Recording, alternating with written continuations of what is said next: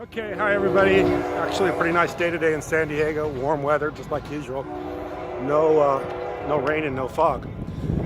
Today I'd like to ask a question of everyone, and the question I'd like to ask is Donald Trump a Soviet plant?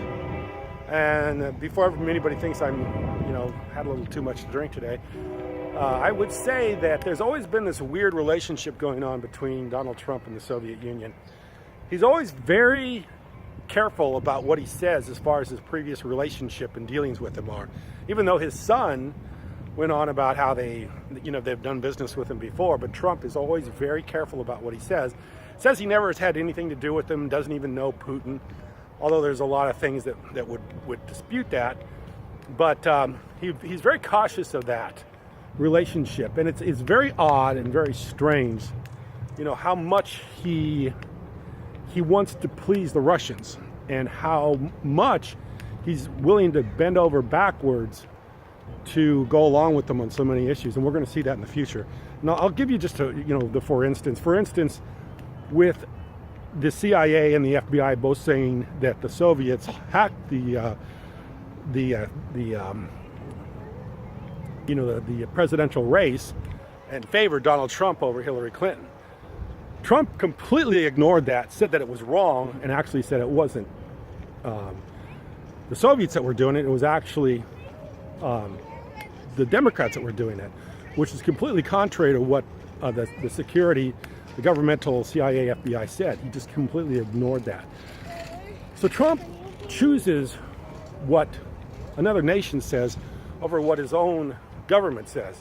Why would you do that? Why would you do that? Why would you ignore your own governmental security over something another government says, which is what the Soviets said, which it wasn't us, we didn't do it, although there was overwhelming evidence that they did do it.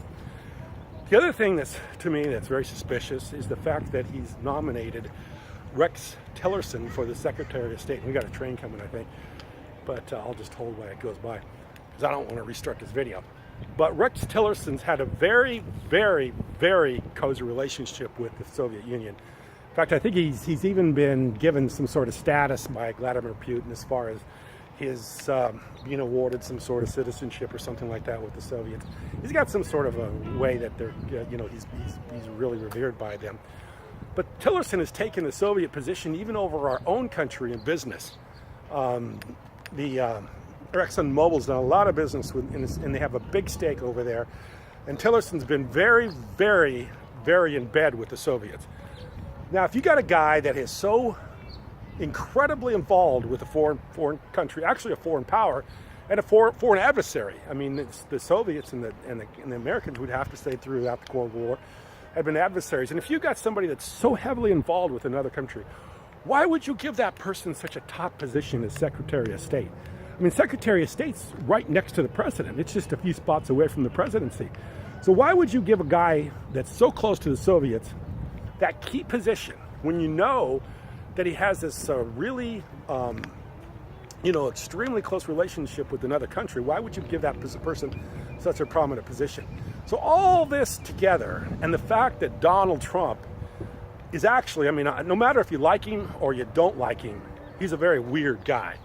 No matter what anybody says, you'd have to say that the way he acts, the things he does is very strange.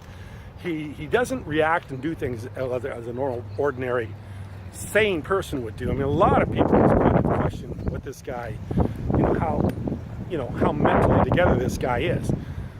If you like him or if you don't like him, he's certainly got some issues in that department.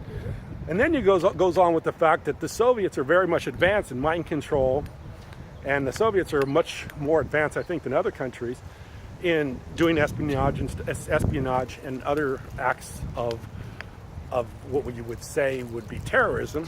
Not terrorism like going out and bombing buildings or killing people, but terrorism as a way of mental control.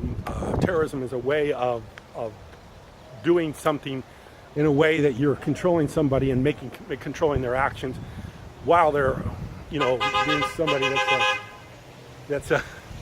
that's involved with a hey buddy. All right, see ya. Okay. No fun. See ya. So anyway, they're way advanced more than other countries in that respect. So it's always kind of scary when you got a country where the guy, Vladimir Putin, is KGB, ex-KGB. So they're really, really, big time in that kind of stuff. But anyway, he's got a very cozy relationship with the Soviets, and it's a little bit troublesome. So I appreciate you watching. Thanks.